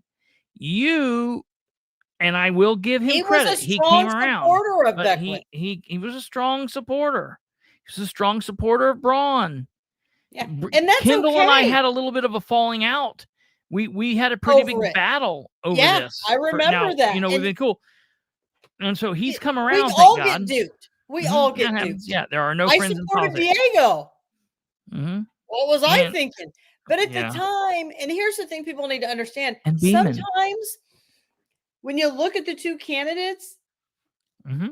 it's the better candidate, right? So it's a tough Oh yeah, call, no, that happens. Yeah, I've right? supported my They might both be duds, but you need to pick one. my grandpa breaks my balls about that all the time. So he's like, yeah, you brought in right now, or you supported right now, or you wanted everybody to vote for right now, or you wanted everybody to vote for Sean Byram, you wanted everybody to vote for J.D. Prescott. And I'm like, yeah, that's right. That's right. They all suck. None of them are good. I don't know what to tell you. They're all bad. Yeah. It happens. So it is but what it is. No, I just appreciate everybody listening to us about the 5,000 different topics because, well, that's just me. We've got so much going on in Madison County. At first, when I was talking to Christopher, I'm like, I don't know what we'd have to talk about today. But I think the redistricting lines are very important. I think people need to be very vocal about it. I think you need to talk to your officials about it. Are they going to listen to you? I don't know if they're going to listen to you or not, but at the end of the day, I'm happy to put Mike Gaskell on display. I'm happy to put Kyle Pierce on display. I'm happy to put on these people who continue to work for the establishment and are not working for the people. I don't have a problem. It doesn't make me a bad Republican. It doesn't make me a Republican that's not in good standing. It just makes me a Republican that can think for myself. And this is what I believe. That's all I believe. So, to each their own. I mean, I'll say it. I think they're worthless as tits on a board. And I really don't care if, they plaster that all over the place about themselves, because I have a feeling there's a lot more people that are actually going to agree with me than disagree with me on that, because you don't see those two showing up when times are tough. You don't see those two showing up when, these people are needed. You just don't see it. You do not. You don't. And that's the reality of it. So, yeah. Anyways, I just want to let everybody know I appreciate you, and thanks, Chris, for letting me hijack the show. Yep, no problem. Ladies and gentlemen, that's going to do it. Hang around for a minute. That's going to do it for us, ladies and gentlemen. We will be back here tomorrow, Thursday night. We've got a big show for you tomorrow, a really big show. And then I do want to tease. I do want to tease because this is important, and I feel like it is important to put this out there. This Saturday at 3 p.m., Rachel Clark and I are going to have a show. It's going to be a really good show there, too. A really big show there. We are going to be discussing aliens, UFOs, UAPs. Is there intelligent life out there? Has it been to Earth? Have they started meeting humans? Do they take humans? Are they doing the cow mutilations? Are they mutilating humans? Is it all in our heads? Are they demons? Does it not all exist? Is it a bunch of nonsense? We're going to be talking about the whole thing. And since I put this out there, I've had a lot of people been like, yeah, this is going to be a really exciting show. So, for those of you, and I know we've got some new people here. We have some new people here. I do have a second show. This is the Political Spotlight. This is my main show. It's the Political Spotlight on YouTube. If you want to see the second show, I have a female co-host over there. It's Rachel Clark. Go to youtube.com @Bilbrey Clark Show. It's called The Bilbrey and Clark Show. It's going to be a really, really good show. You will love it. You can find us on YouTube there, Bilbrey Clark Show. You can also find us on bilbreyclarkshow.fireside.fm or all podcast hosting sites. You can find us on Facebook at facebook.com/Bilbrey Clark Show. You can find us on X at x.com/BilbreyXClark. You can email us at bcshowdump@gmail.com. And hit us up. There it is. Go over there, subscribe, do all of that. At 3 p.m. this Saturday, we release recorded content every Saturday at 3 p.m.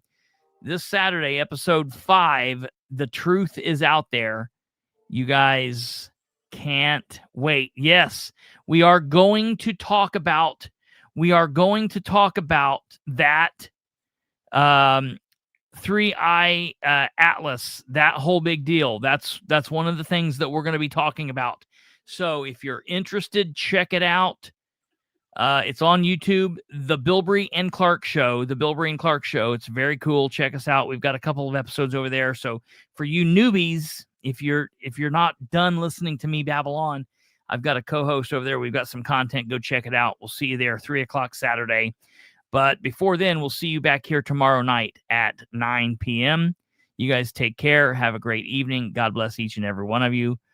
A good night.